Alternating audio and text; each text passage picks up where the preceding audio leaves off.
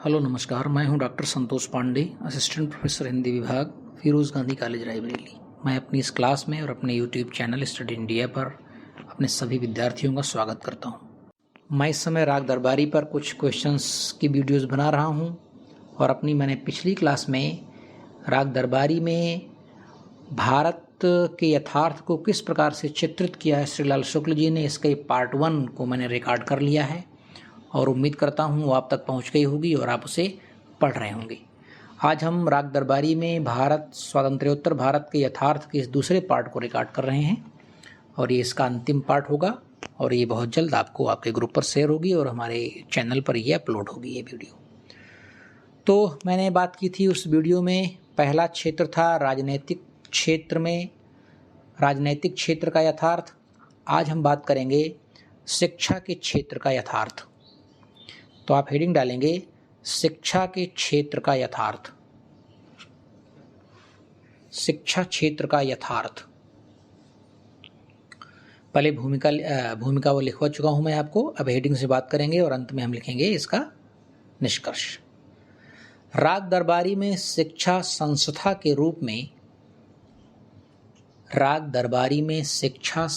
के रूप में छंगामल इंटर कॉलेज को कथा का मुख्य केंद्र बनाया गया है। छंगामल इंटर कॉलेज को कथा का मुख्य केंद्र बनाया गया है। स्वातंत्र्योत्तर भारत में शिक्षा संस्थाओं में व्याप्त भ्रष्टाचार को उजागर करने के लिए स्वातंत्र्योत्तर भारत में शिक्षा संस्थाओं में व्याप्त भ्रष्टाचार को उजागर करने के लिए उपन्यासकार ने इस इंटर कॉलेज को कथा में सम्मिलित किया है। इस इंटर कॉलेज को कथा में सम्मिलित किया है। उपन्यासकार लिखता है कि डैश करके कॉमा में लिखेंगे, ऐसे कॉलेजों का मुख्य कार्य कुछ मास्टरों और सरकारी अनुदानों का शोषण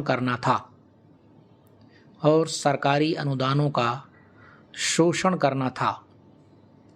ये कॉलेज जमाने के फैशन के हिसाब से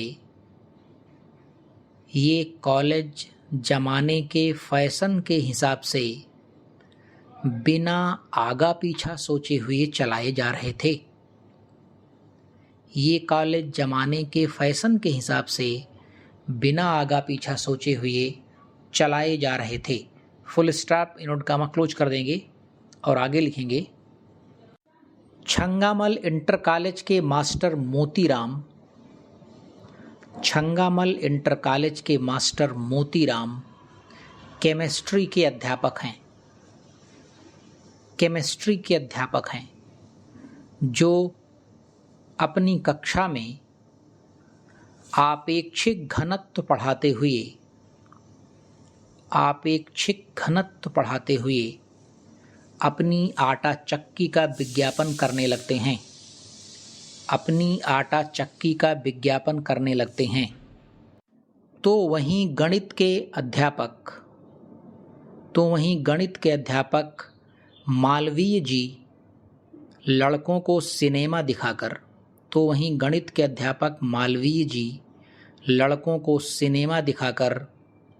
उनके साथ रात बिताकर गणित का पर्चा बनाते हैं। तो वहीं गणित के मास्टर मालवीय जी लड़कों को सिनेमा दिखाकर उनके साथ रात बिताकर गणित का पर्चा बनाते हैं। 18 वर्षीय रुप्पन बाबू मैनेजर वैद्य जी के सुपुत्र और छात्र नेता हैं। 18 वर्षीय रुप्पन बाबू मैनेजर वैद्य जी के सुपुत्र और छात्र नेता हैं जो 3 वर्षों से मैट्रिक में पढ़े हुए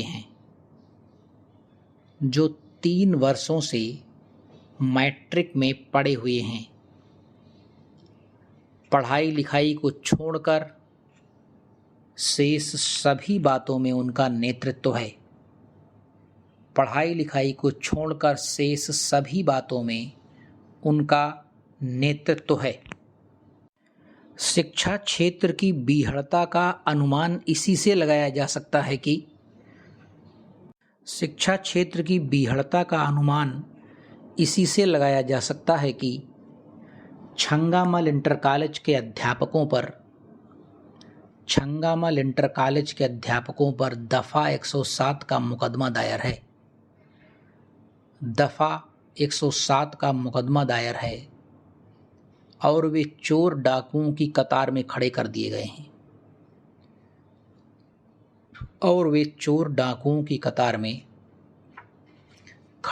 गए हैं। भारत की शिक्षा व्यवस्था के यथार्थ से खिन्न श्रीलाल शुक्ल व्यंग करते हुए लिखते हैं कि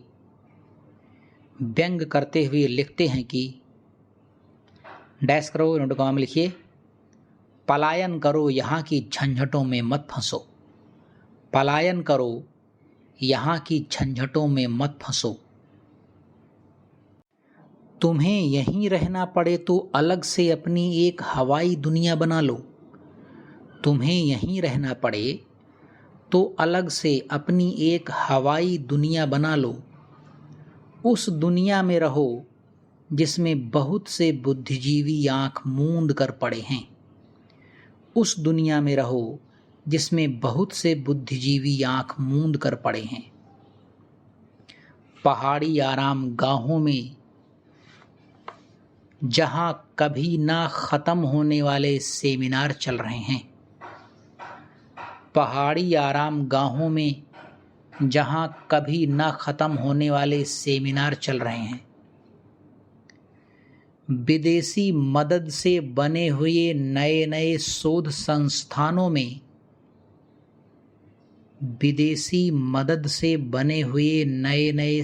संस्थानों में जिनमें भारतीय प्रतिभा का निर्माण हो रहा है।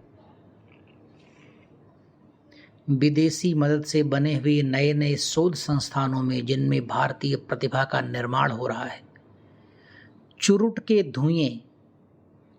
एक नशा है, चरस जैसा।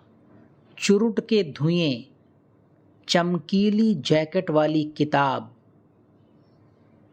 और गलत किंतु अनिवार्य अंग्रेजी की धुंध वाले विश्वविद्यालयों में।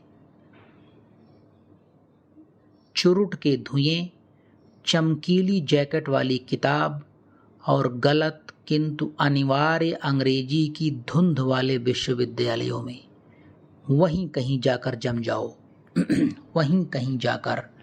जम जाओ। फुल स्टॉप, नोट का हम क्लोज कर देंगे और एक लाइन छोड़ करके लिखेंगे। उपन्यास के कथा पट पर अंकित कॉलेज के मैनेजर वैद्य जी। उपन्यास के कथा पट पर अंकित कॉलेज के मैनेजर वैद्य जी छात्र नेता रुपन ही नहीं, कॉलेज के प्रिंसिपल और खन्ना तथा मालवीय जैसे मास्टरों के कारनामे। कॉलेज के प्रिंसिपल और खन्ना तथा मालवीय जैसे मास्टरों के कारनामे स्वातंत्र्योत्तर भारत की शिक्षा पद्धति पर एक गहरा कटाक्ष हैं। स्वातंत्र्योत्तर भारत की शिक्षा पद्धति पर एक गहरा कटाक्ष हैं। फुल स्टॉप और अगली हेडिंग डालेंगे, प्रशासनिक व्यवस्था का यथार्थ। प्रशासनिक व्यवस्था का यथार्थ। राग दरबारी में स्वातंत्र्योत्तर भारत के प्रशासन के रूप में स्वातंत्र्योत्तर भारत के प्रशासन के रूप में शिवपालगंज का थानेदार और सिपाही मुख्य रूप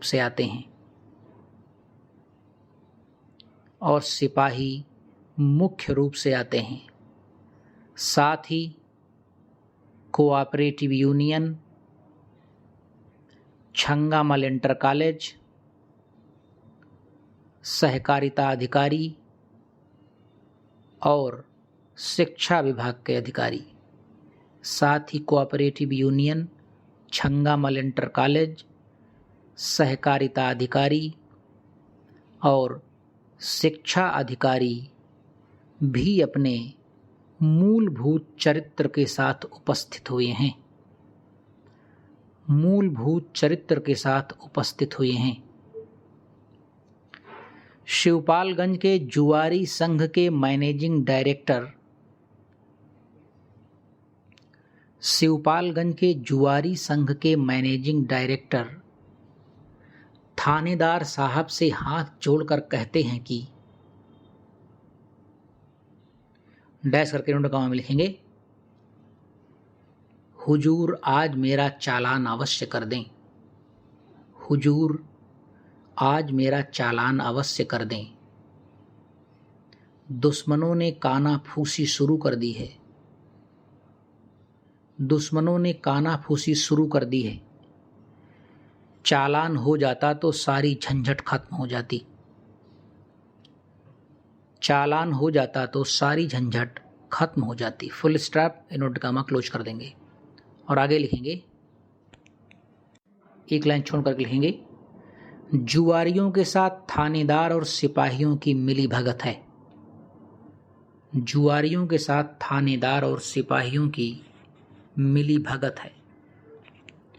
रामाधीन भीखम खेड़वी के घर आई डाके की फर्जी चिट्ठी पर, डाके मतलब डाका डालना।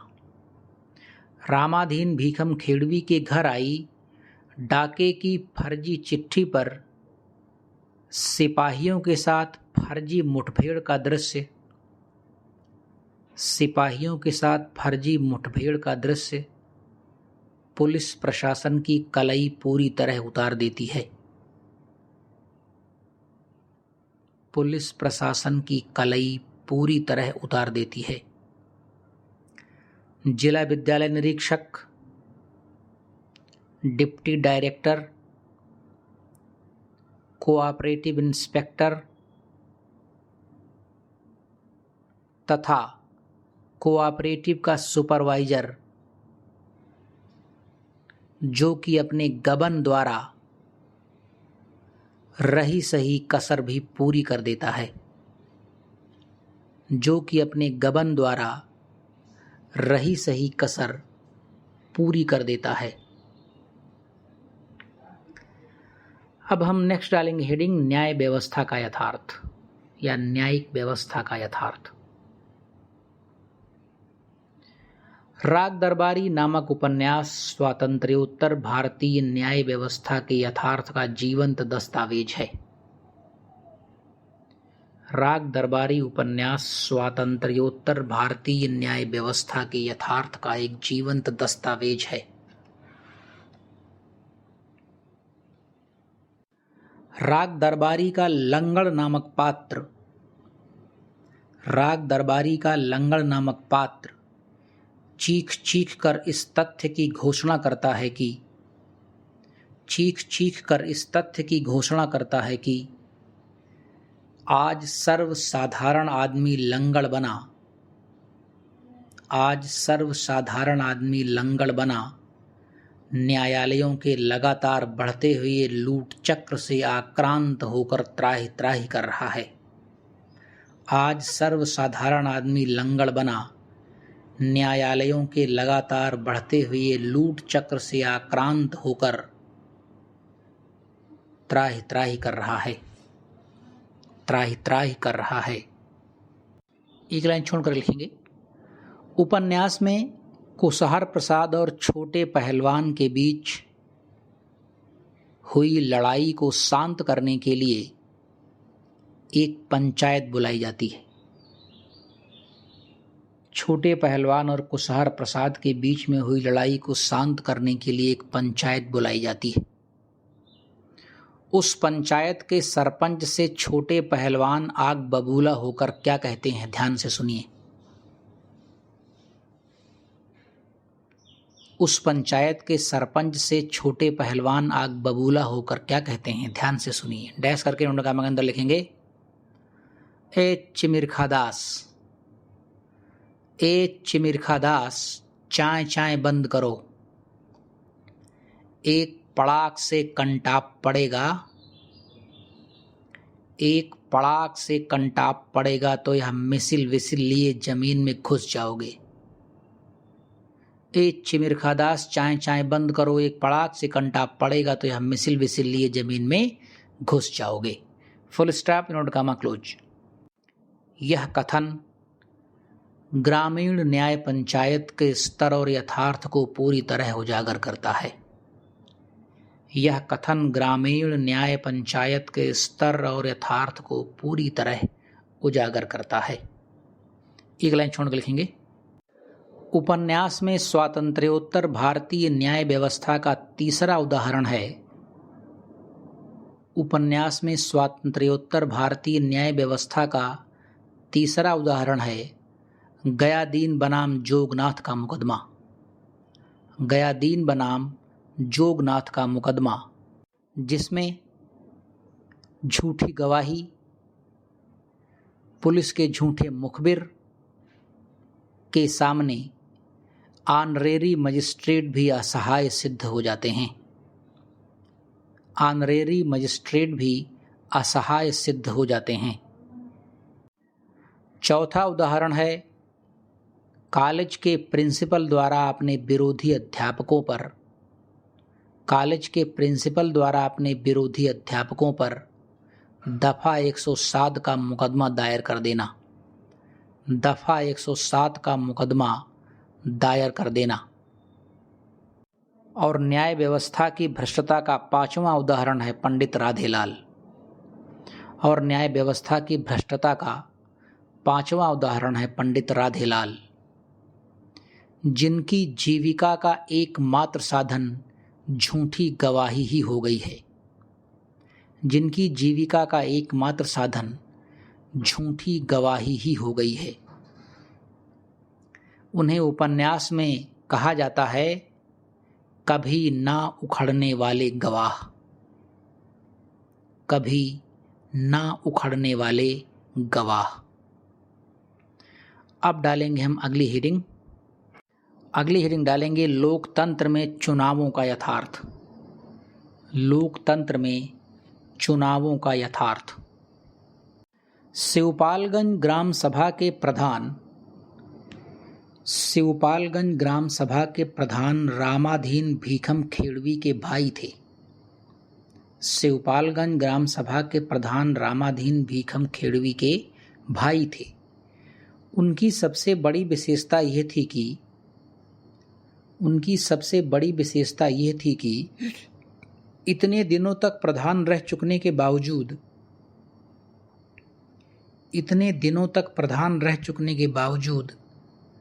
ना तो पागल खाने गए थे और ना ही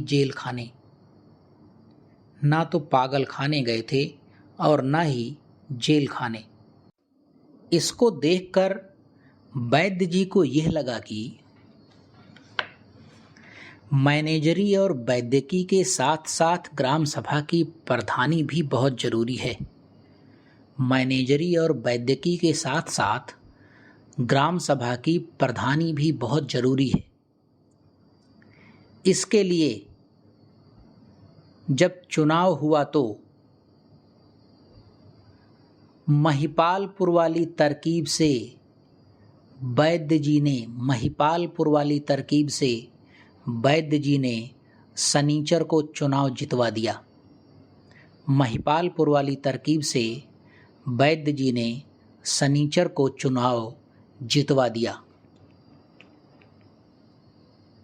इस घटना के माध्यम से उपन्यासकार ने ग्राम सभा के चुनावों की हास्यास्पदता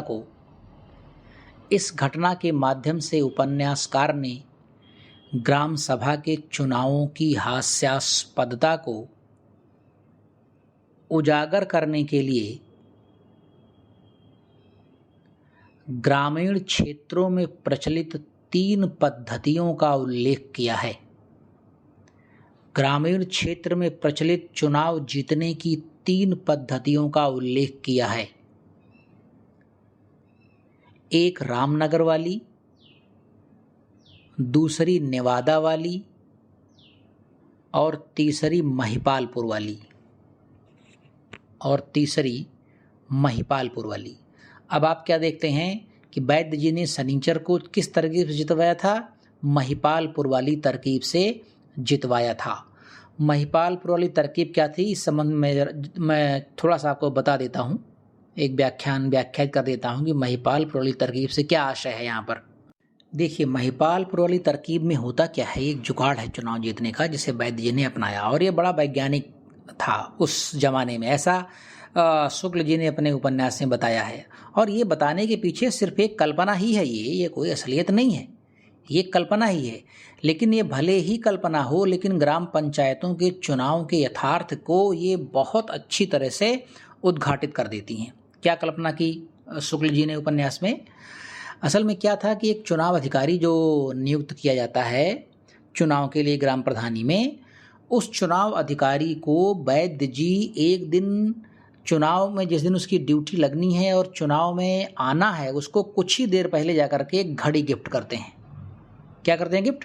एक घड़ी गिफ्ट करते हैं, वॉच, हैंड वॉच, और कहते हैं कि साहब हमने देखा कि आप घड़ी नहीं पहन रहे हैं, तो मैं आपको क्यों ना एक घड़ी गिफ्ट कर दूं। तो भी खुश हो जाता है कि यार बहुत अच्छी बात है, घड़ी मिल गई हमको। और घड़ी में क्या किया जाता है, घड़ी को 1 घंटे 15 मिनट तेज कर दिया जाता है।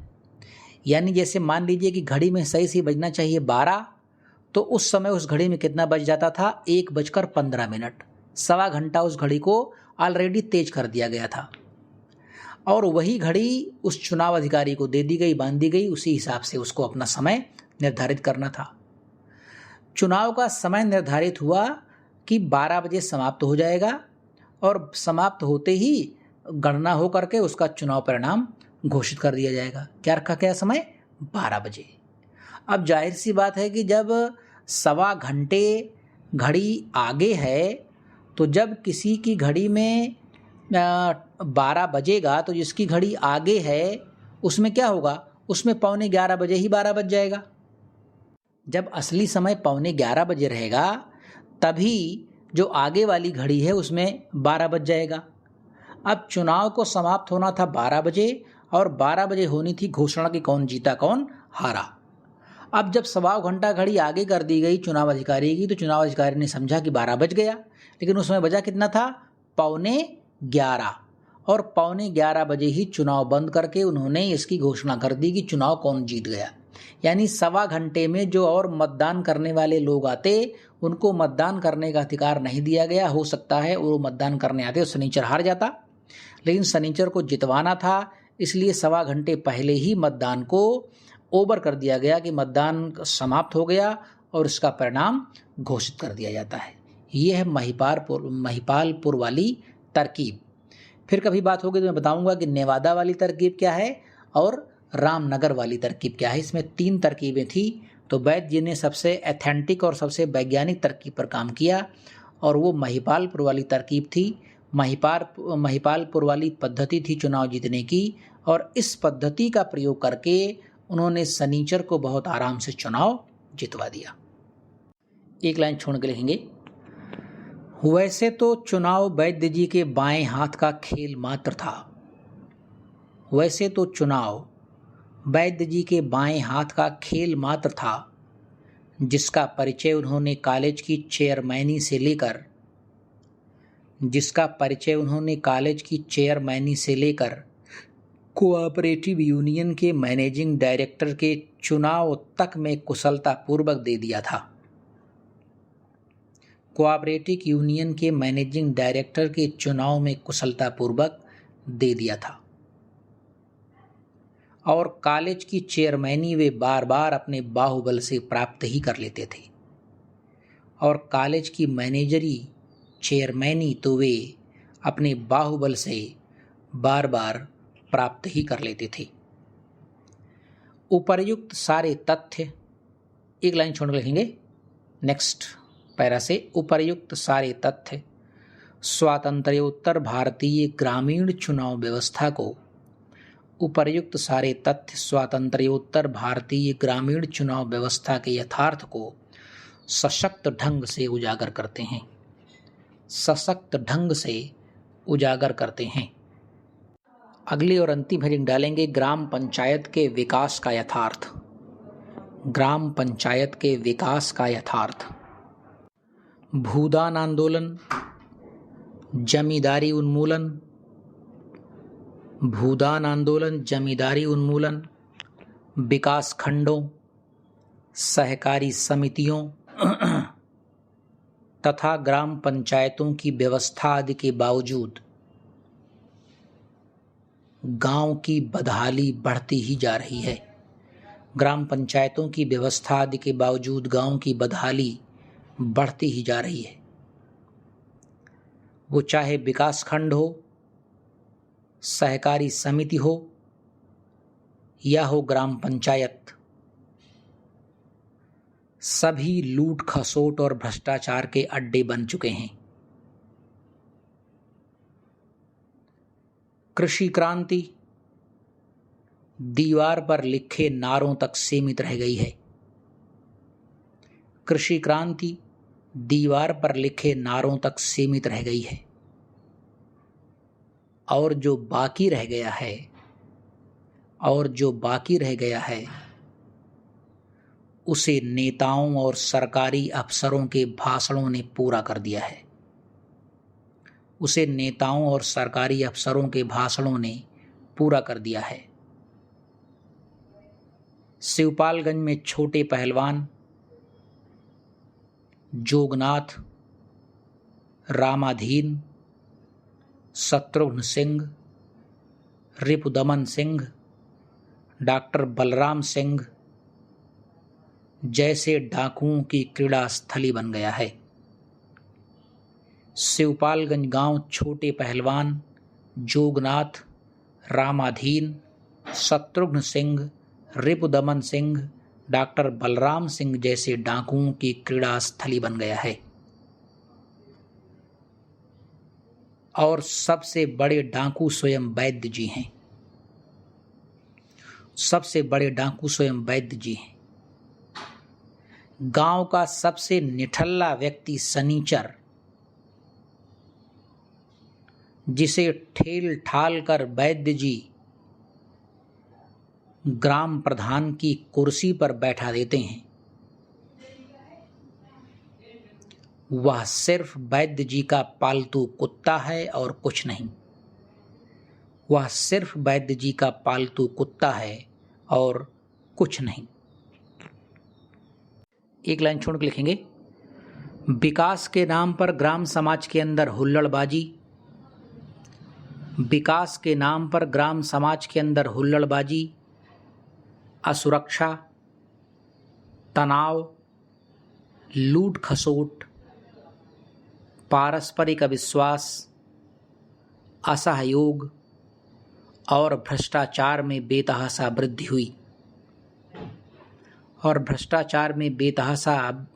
हुई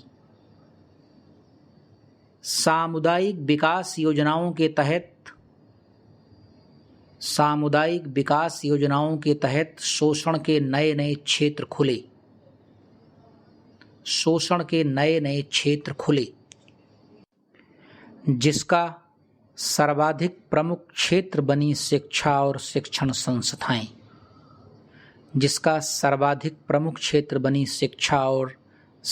संस्थाएं। संपूर्ण भारत में भ्रष्टाचार किस तरह दीमक की तरह समा गया है, इसे रूपन के माध्यम से श्रीलाल शुक्ल यों बयान करते हैं। इसे रूपन के माध्यम से श्रीलाल शुक्ल कुछ यों बयान करते हैं। डैश करके नोट का अंतर लिखेंगे, मुझे तो लगता है दादा सारे मुल्क में शिवपालगंज ही फैला हुआ है। मुझे तो लगता है दादा सारे मुल्क में शिवपालगंज ही फैला हुआ है। फुल स्टॉप, नोट का क्लोज कर देंगे और अब लिखेंगे निष्कर्ष। श्रीलाल शुक्ल कृत राग दरबारी उपन्यास में चित्रित समाज के चित्रण से ऐसा लगता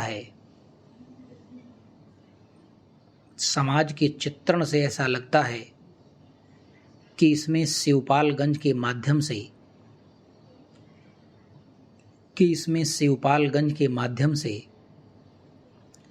सारे गांव समाज ही नहीं वरन समूचे स्वातंत्र्योत्तर भारत का यथार्थ प्रस्तुत किया गया है। सारे गांव समाज ही नहीं वरन समूचे स्वातंत्र्योत्तर भारत का यथार्थ प्रस्तुत किया गया है। अतः राग दरबारी में चित्रित स्वातंत्र्योत्तर भारत के गांव समाज की वास्तविक स्थिति स्वातंत्र्योत्तर भारत के गांव समाज की वास्तविक स्थिति समूचे देश के यथार्थ को प्रतीकित करती है। अतः राग दरबारी में चित्रित स्वातंत्र्योत्तर भारत के गांव समाज की वास्तविक स्थिति समूचे देश के यथार्थ को प्रतीकित करती है। समूचे देश के यथार्थ को प्रतीकित करती है। फुल स्टॉप करेंगे और यह क्वेश्चन यहाँ पर समाप्त होता है। फिर से बता रहा हूँ, स्पीड अच्छी हो तो पूरा क्वेश्चन लिखेंगे, स्पीड कम हो तो जहाँ मैंने 2 उदाहरण लिखवाए हैं वहाँ 1 उदाहरण से अपना आप काम चलाइएगा। तो ये क्वेश्चन था हमारा जो पूरा हुआ, वो है राग दरबारी में जो भारतीय स्वातंत्र्योत्तर भारत के यथार्थ को चित्रित किया गया है वो किस प्रकार चित्रित किया गया है। हमने इन 2 भागों में इस पूरे क्वेश्चन को देख लिया है। आप इसे पढ़े लिखें। हमारी मुलाकात आपसे किसी अगली वीडियो में बहुत जल्द होगी। तब तक के लिए नमस्कार।